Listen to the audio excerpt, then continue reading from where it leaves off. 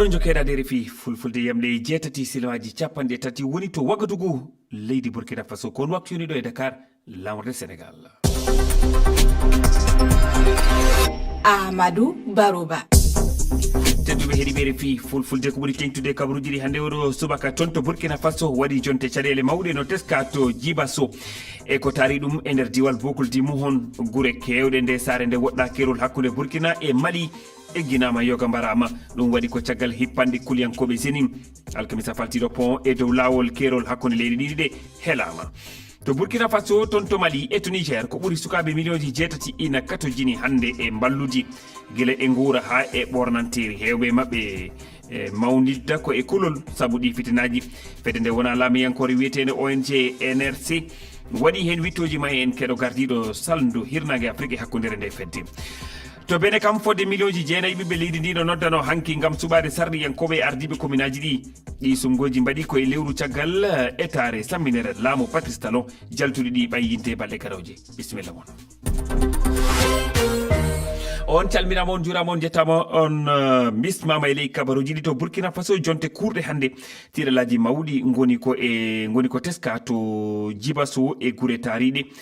ɗum e nder diwal bokuldi muhon gure kewɗe nde ngallure nde woɗɗa kerol Burkina e Mali egginama caggal kippanɗe jeediyankoɓe senin ko sakkiti waɗude ko helugol pont gonɗo e dow lawol hakkude Djibasso to Burkina Faso e Benema to Mali ɗum waɗi ko alkamisa faltiɗo Abdoulaye Dikko ɗi fitnaji nde yolde Djibasso e seraji muɗum puɗɗiti e keewal gille puɗɗore nde hitande ni wi en ɓi diwalngal goto e wima ko go'o ndu lewru jihaɗiyankoɓe jinnima kippiki wuro Madouba e Touba seede goto andini ñagata yimɓe 11 waraɓe ko ɓuri hewde e galleji ɗe gure foof cumama e wi seede goɗɗo ana ɓuri yimɓe 30 waraɓe e ɗe kippanɗe jokkodirɗe e leyya nde yolde gilla ñalade kurɗe e wi seede goɗɗo hande ne gure kewɗe taariɗe Djibasso fuu egginama natude e ley Djibasso ko saabi yimɓe temeɗe goni mooliɓe e ley nde ngallure woɓɓe jaati jokki lawol fa Bobo Dioulasso e timmode yontere ƴaɓɓinde nde jihaɗen koɓe kelli pont hakkude Djibasso banggue Burkina e Benena banggue Mali ɗum saabi ki yimɓe Djibasso maaji ki hollude mette e noddude balla laamu leydi ndi e wi andanɗo kabaruji jihaɗen koɓe goto immaɗe jenima yo uddude Djibasso nde wonno nden gallure tuumama sabade wargoji yimɓe hewɓe ɓenɗon ɓe gallurde tuumino kañum en goni wallodiroɓe jihadiyankoɓe e ɗi kabaruji fof tafon konngol laamu Burkina Faso nanaka ñande nogas e jeegom lewru sappo e ɗiɗi ɓuuri hitande faltinde laamu fadde Niger sifi sarɗi gam hebde yamirore e dow rendo ngo e kuɓal ko sariyawol inniragol mobilisation nationale pour la défense de la patrie gam hokkude laamu ngu himme e laamade ɓe e kuɓal fandare nde e wiide laamu ngu namen laamu fadde ngu ko gam ɓurde wawde semminde leydi ndi e ndenagu e cimtol ngol fedde daranide hakkeji yimɓe Human Rights Watch ɓayyini ɓe kolli wonde nde fodore ina wawi battinde welitare ɓiɓɓe leydi ndi ha tengti e ɗanniyankoɓe aroɓe mayri keɗoɗen Bokartal Human Rights Watch fedde nde wona laamuyankore daranide hakkeji aade ɓayyini cimtolla gam waytanade ɗe podoje ɗe laamu faddewu Niger ƴetti e biyol mabɓe o sardi ina wawi wontude kutorogal gam hadde ɓiɓɓe leydi ndi wellitare mumen Human Rights Watch andini ko wayini ina haɗa ɓiɓɓe leydi ndi wellitare e yangarta ha e konngol ɓe ɓeydi hen wonde ɗum battinat no fewi e jaydiyankagal lundiyankagal dawro ha e pelle société civile e o sarɗimo laamu faddewu Niger sifi kala ɓi leydi ndi ina nodda e ko alda e salade e daranade ndenaku leydi ndi ngam ɗum laato woni yidde laamu général Abdourahmane Tiani ko wawde fawde jungo ɓiɓɓe leydi ndi e jeymumen ngam falade jiiɓu faade e kisalla leydi ndi e kuuɓal kala jeeyaɗo Niger ina wawi e kala saha yantude e konunkoɓe jeymum ina wawi hutorede gam sembinde haare ndenaku leydi ndi ɓiɓɓe leydi ndi ina poti kadi jertinde e andinde laamu ngu kala jeeyaɗo e nder mayri taw ko arani hay goto fota hutorade karalle kese ɗe gam ñingde laamu ngu walla ko haɓɓodi e ndenaku leydi ndi e o tuma yoga e lundiyankoɓe politique leydi Niger nane e juuɗe laamu faddewu ngu hono hoorejo leydi kiɗɗo o Mohamed Bazoum wondude e goytantoɗo hujaji aade keɓtinaɗo e leydi ndi Moussa Thiangari e nder yoga e leyɗele Sahel kareɗe ɗi jettima ha e l'écolaji jangguirɗi ɗi e guila e sabade guddugol ɗin l'écolaji ha e battane mum e sukaɓeɓe to Burkina Faso to Mali e to Niger ko ɓuuri sukaɓe millionji jeetati ina katojini hande e mballudi guila e guura ha e ɓornanteri hewɓe e mabɓe mawnitta ko e ngol kulol caggal duuɓi kewɗi fitinaji fede nde wona laamiyankore wiyetede ONG NRC waɗi hen wittoji Hassan Hamadou gardiɗo saldu hirnangue Afrique hakkudere andini holno sukaɓe ɗe leyɗele gurdi keɗoɗen mo ils peuvent être en panique rien qu'en entendant. e diwanuji ɗimin gollata ɗi sukaɓe ɓe ina mbawi hawjude walla hulde no feewi kala nde ɓe nani dille moto e komin teski aɓe mbawi joɗade tan kadi ɓe ciftora jan guuli ɗiɓe jii sahande bomboje bedda e guure mabɓe ɗe walla nde lekkolaji mabɓe cuma ɗin fitinaji ɗiɓe jiiri guite mabɓe ina wawi waylude gonka mabɓe e gurdam mabɓe ina waɗi hen sahaji a yiyat ɓe jalta e yimɓe he ha laaɓa ɓe doño banggue mabɓe taw hay goto ɓe kaldani ko juuti won goto e lekkolaji ɗi ɗumin namdi sukaɓe ɓe ko jiɗi wonde walla ko jiɗi wadde so mawni hewɓe e mabɓe mbiyata ko militaire uji jiɗi wonde won hen e mabɓe ko gam yoftanade koreji mumen waraɓe won hen ko gam rende koye mumen e ɓesgol mumen ɗum waɗi ɓe sukaɓe ina poti wallede no feewi gam ɓe kefta hakkillaji deeƴi Accompagner ces enfants pour les aider à trouver la stabilité. RFI. to bene kam ɓiɓɓe leydi ndi gooti e ñalawma hanki o ngam suɓade sarɗiyankoɓe ardiɓe commune aji ɗi fodde million jeenayyi neɗɗo ina noddano e sumgoji ɗi ɗin sumgoji mbaɗi ko e lewru caggal etare samminere laamu patrice talon limore ko fewti e ɗin sumgoji puɗɗima waɗede kono jaltuɗi ɗi ɓayyinte ko balle garoje keɗoɗen racine sow wote ɗe mbaɗi ko e deyde e ñalawma hanki o cuuɗi gotiɗi guddi ko waktu tokkonoɗo o goto e arnoɓe wodde ɓe andini wonde sumgoji ɗi ine mbaɗi nafoore sabu démocratie wawa wadde so wote mbaɗa nde bureauji ɗi guddita wote ɗe nde wi lawol kono hewani arɓe wodde kono hewani arɓe hooreɓe cuuɗi gotirɗi ɗi won bureauji gudditi ko law kono won hen leeli seeɗa ardiɓe landaji ɗi to banggue laamu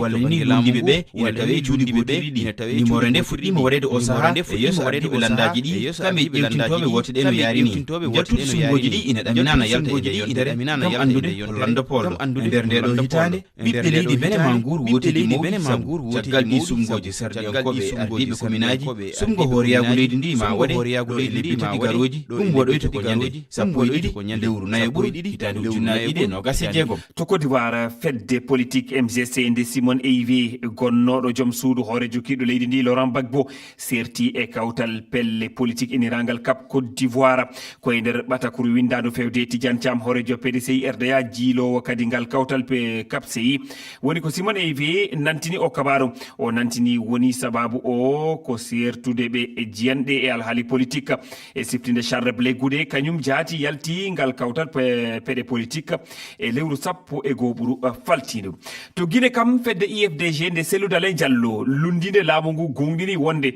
goto e mawɓe nde fedde biyeteɗo Néné Oussou Diallo diftama e nder galle makko subaka aljuma faltiru ɗum waɗi e wiide Union des forces démocratiques de Guinée IFDG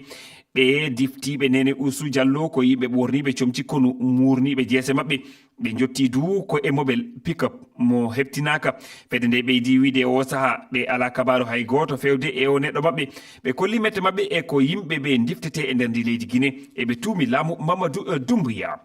to Soudan hoorejo jagorɓe leydi ndi nantini hanki wartugol gouvernement o to Khartoum laamorgo leydi ndi ɗum caggal nde ɓe jalti e nokkure e puɗɗode fitina hakkunde général Al Burhan ardiɗo Soudan e général Hemeti horejo konu FSR horejo gouvernement o nantini o kabaru ɗum saaha mo o bone waɗi fodde balde ujunere aset faltiɗo keɗoɗen Minati Diallo min garti gouvernement jikkulobo warti e Khartoum laamorgo leydi ndi ɗum ko kongi horejo jakorɓe Soudan Kamel Idrissa nantini e yeeso jehndiyankoɓe Kenyan o wolliti nde hitande ko hitande jan ardiɗo Soudan o foti wartugol gollirɗe laamu leydi ndi ka jonno e wi makko ko ɓuuri yawude woni mahude cuuɗi cawrirɗi jangguinirɗi jiyam kañum e kuram gam ɗowtude ɓiɓɓe laamorgo ngo e heɓude gurdam lobban caggal ɗi fitinaji o gouvernement Soudan yalti Khartoum e lebbi arani puɗɗoɗe bone o hakkunde général Hemeti e général Al Burhan e lewru nayo ɓuuru hitande ujunaje ɗiɗi e noga e tati ɗum caggal nde haɓotoɓe général Hemeti ɓantuno Khartoum ka jonno e lewru tata ɓuuru hitande ƴaɓɓine nde konu général Al Burhan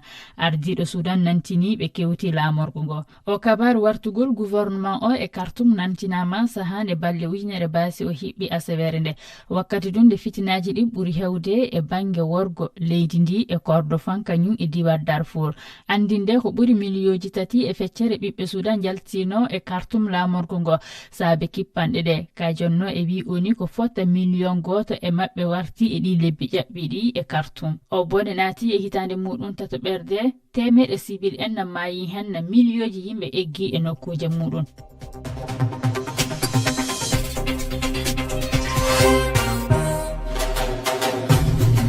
kabaruji kaɓe non jate garate kabaruji kan jareten hen ko Rama Diallo non en Amadou Varouba e kibaruji kan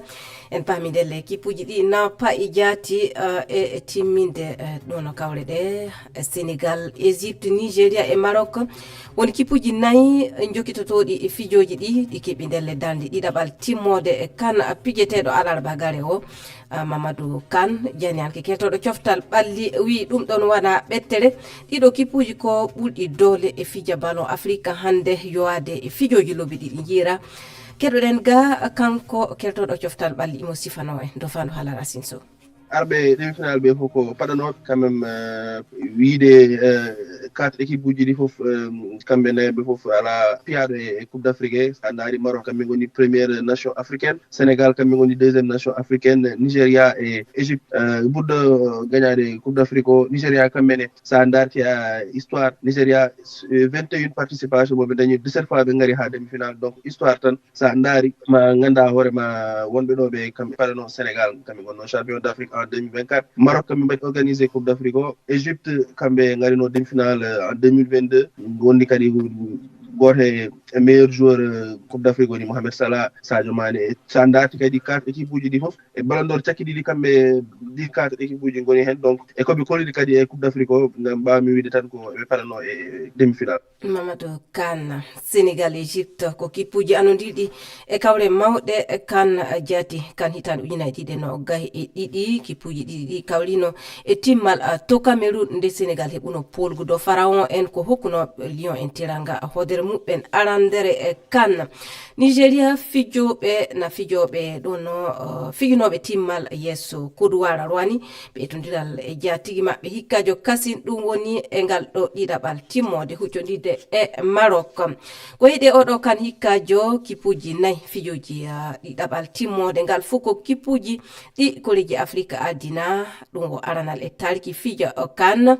ɓe fof ko eltoɓe suɓaɓe ɗo Afrique anduɓe kipuji Afrique jaati fijoɓe ɓe kippuji muɓɓen jalti e ngoɗo folotiro kan kamɓen puɗɗi hotude e clubiji muɓɓen Nene Dorgeles mo Mali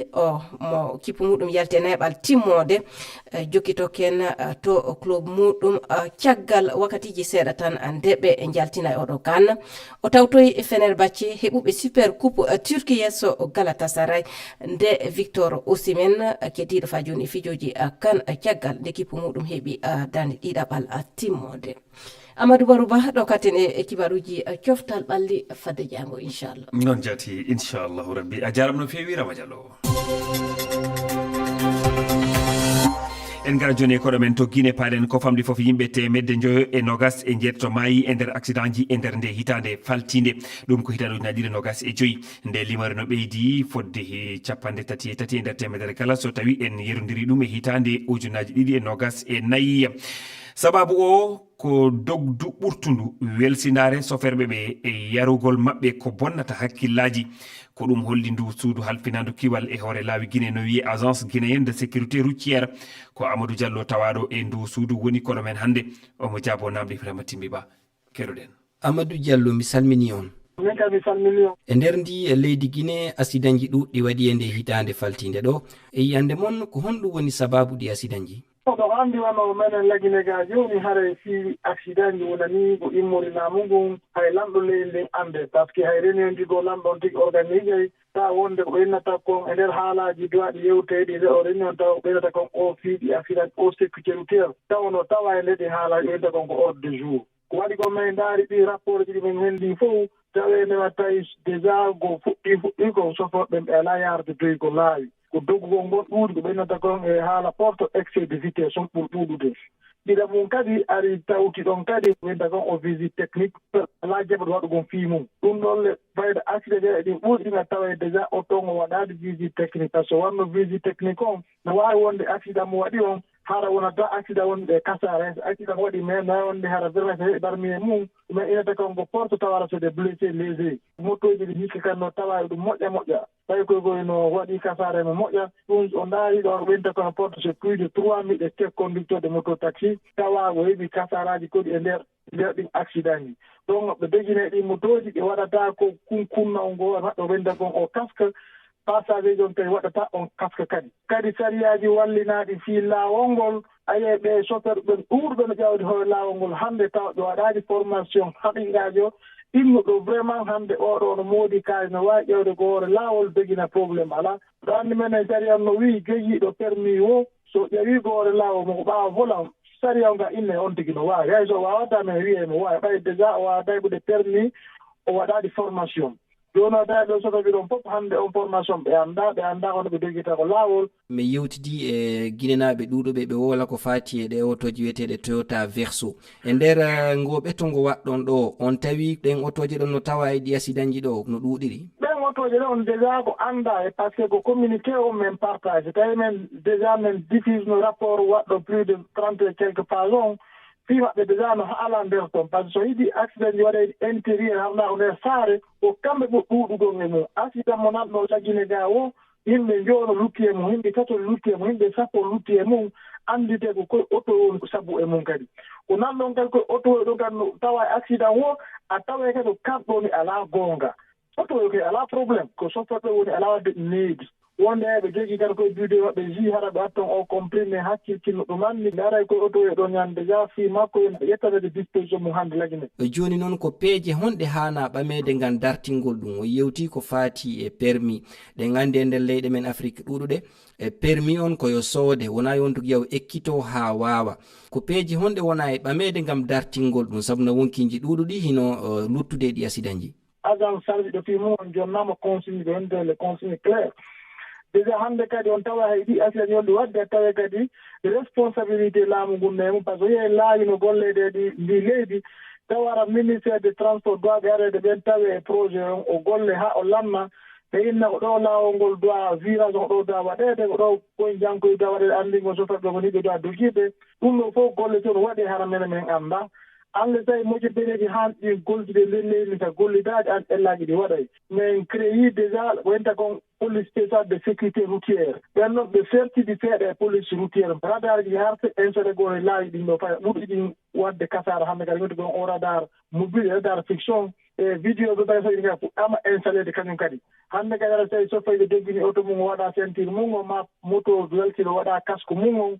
ma o doggini aray hannde kadi vraiment mais wawa anndu ko honɗo ndigi woniri disposition ka wacciɗe ɗon hannde kadi joni ɓay ko gendarmerie woni go intérieur ko village ji ɗon kadi point de contrôle ji ɗin fof barrage ji ɗin renforcement hannde kono ɗin barrage naati ko nango maçonné en ɓen hannde kadi joni systéme ay waɗugon permis hannde kadi foppo joni no changé de tawa hannde kadi a wata e arugon joni ko ministére ga waɗa test ma on koko a wonay ko ma waɗa test on toon a nani a ari ko ministére a yiidi e goɗɗo a négocie on tigi validanima test ma ini waɗa heɓa gon permis na ko si on yiidi joni hannde kadi test on fof aray neɓata waɗugo on test koko en ligne waɗa wona ko ma to waɗa jotta téléphone ma ordinateur ma o waɗa test ma o ɗon sa récifimo ɗon voilà bata en ndike permis sa récifi a reɓo ɗon a gena so tawino a récifi test ma on ɗon ɓe noddete yo fotto nokkugo test pratique wonta ɗon test pratique watta ɗon ɗon kadi so lanni on certi hannde kadi a andago no arata yeeso sina ko ɓe noddi ɓen no waɗi résultat ma o a valide a wawi yewde fi permis o. Amadou Diallo mi yetti on sanne on jarama. Ala barka min ɓuri weltare ñallen jam.